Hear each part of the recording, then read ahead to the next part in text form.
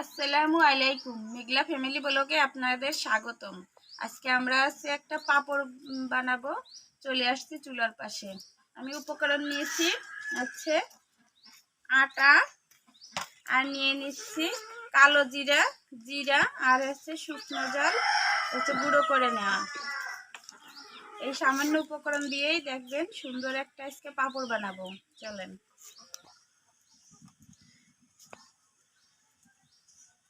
আমি আটার ভিতরে নিয়ে নিচ্ছি পরিমাণ মতো লবণ, দিয়ে দিচ্ছি শুকনো জলের গুঁড়ি, জিরা আর কালো জিরা একসাথে, পানি দিয়ে দিচ্ছি পরিমাণ মতো।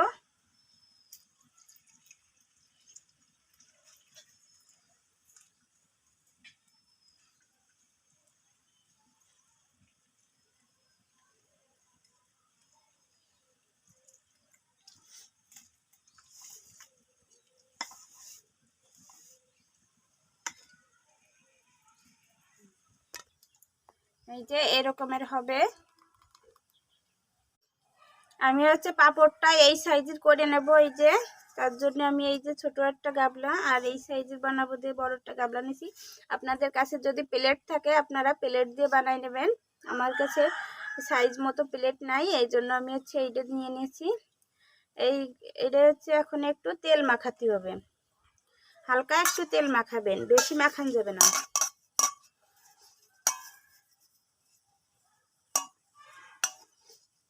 এই যে হালকাভাবে তেল মাখাই নিছি।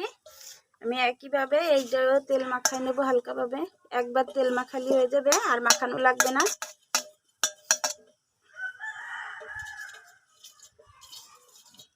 এই যে আমাদের হাঁড়ি বসাই দিছি চুলার উপরে। হাঁড়ি বসাই দিয়ে আমি পানি গরম করে নিছি। এই যে পানিতে জাল উঠে গেছে। আমি এখন এই যে গাবলাটা দিয়ে দেব চুলার উপরে, হাঁড়ির উপরে।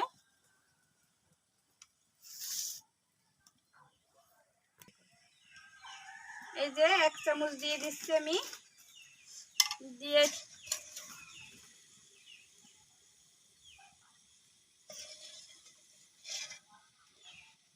ঘুরায় ঘুরায় চারিপাশ করে নেবেন, সমান করে নেবেন। নেওয়ার পরে ঢাকে দিতে হবে। বেশিক্ষণ সময় লাগবে না, অল্প সময়ের মধ্যেই হয়ে যাবে।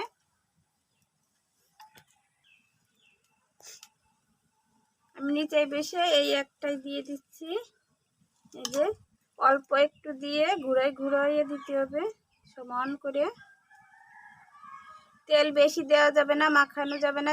তেল যদি বেশি মাখানো হয়ে যায় তাহলে এই গুলাটা মেলবে না ভালো করে। আমরা হয়ে গেছে। এই যে এইটা নামাই রেখে এইটা দিয়ে দেব।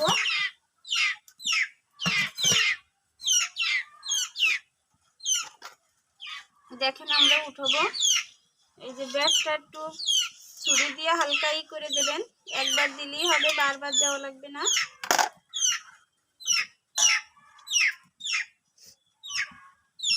যে টান দিলেই উঠে যাচ্ছে। দেখেন কত সুন্দর করে উঠে গেছে। এই যে আমরা এখন এই যে এইটা দিয়ে দেব। আমি একটা কাপড় নিয়েছি, কাপড়ের উপরে প্লেটের উপর কাপড় দিয়ে তার উপর থুইছি। আমাদের এটাও হয়ে গেছে। এই দেখেন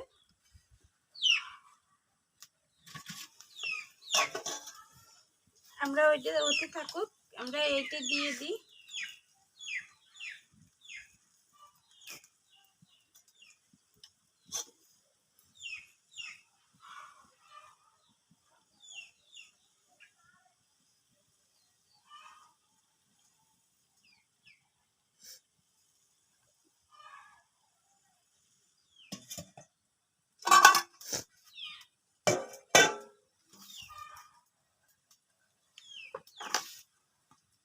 দেখেন এই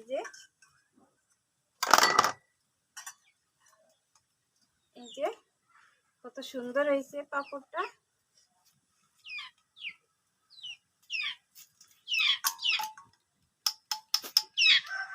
গুলাটা দেওয়ার আগে একটু নাড়াচাড়া দিয়ে নিতে হবে।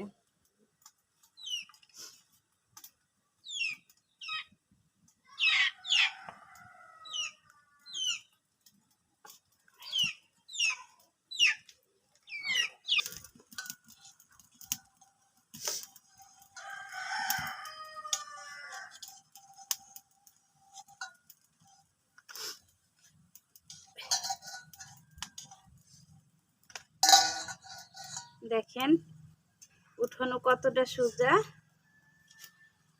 উঠাতে এতটা ভালো লাগতেছে যে আমাকে ক্যামেরাম্যানও ক্যামেরা বন্ধ করে থুয়ে চলে আসতেছে এইগুলো উঠাতে।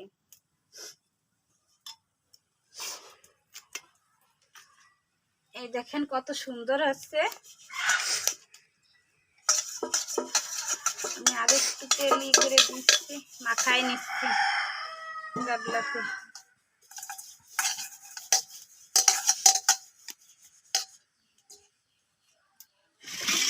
এক একটা পাঁপড় বানাতে সর্বমোট সময় লাগতেছে 30 সেকেন্ড 35 সেকেন্ডের মধ্যে আমাদের পাঁপড়গুলো বানানো হয়ে যাচ্ছে, সিদ্ধ হয়ে যাচ্ছে।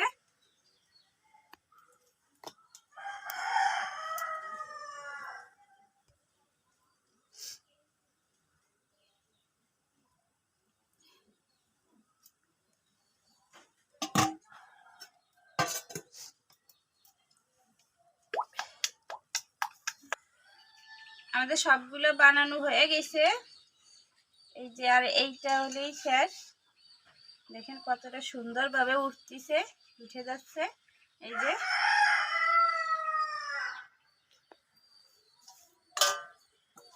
এই যে আমাদের সবগুলো বানানো হয়ে গেছে।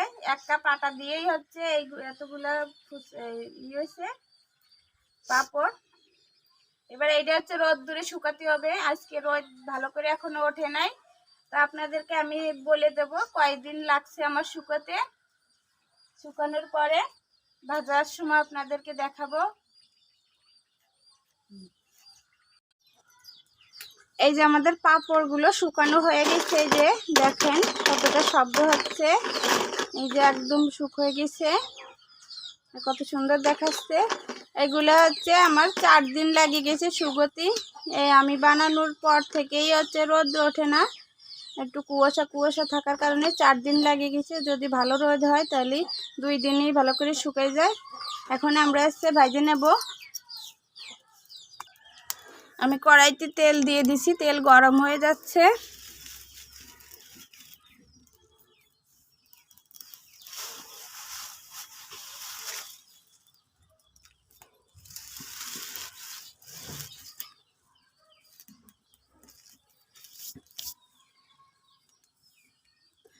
তেলটা ভালো করে গরম হয়ে গেছে। আমি এখন হচ্ছে পাঁপড়গুলো দিয়ে দেবো।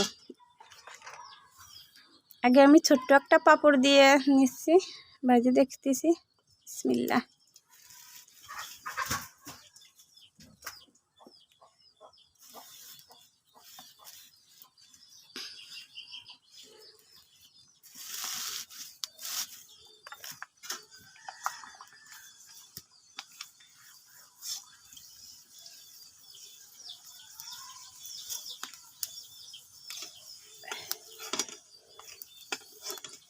ভালো করে তেল নিতে হবে।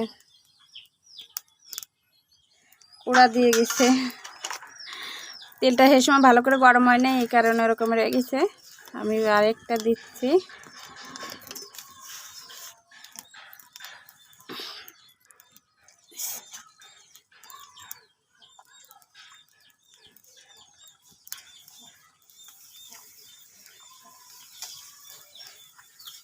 দেখেন কতটা বড় হয়ে গেছে। তো তেলটা ভালো গরম হয় তাহলে আসছে 1 মিনিটও লাগে না। দেখেন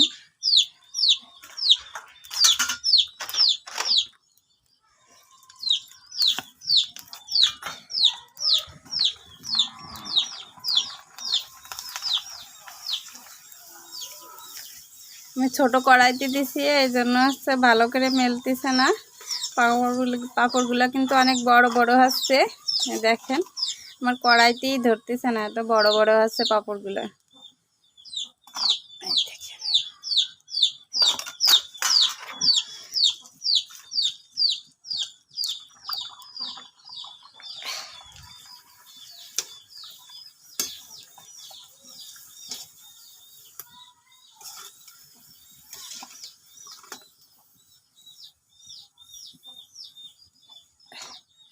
আমি এইভাবে হচ্ছে সবগুলো পাঁপড় ভেজে নেব। এই যে আমাকে হচ্ছে পাঁপড় ভাজা হয়ে গেছে। এই দেখেন কত সুন্দর হয়েছে। আমি একটা ভাঙে দেখাচ্ছি আপনাকে, দেখছেন কতটা মুচমুচে হয়ে গেছে।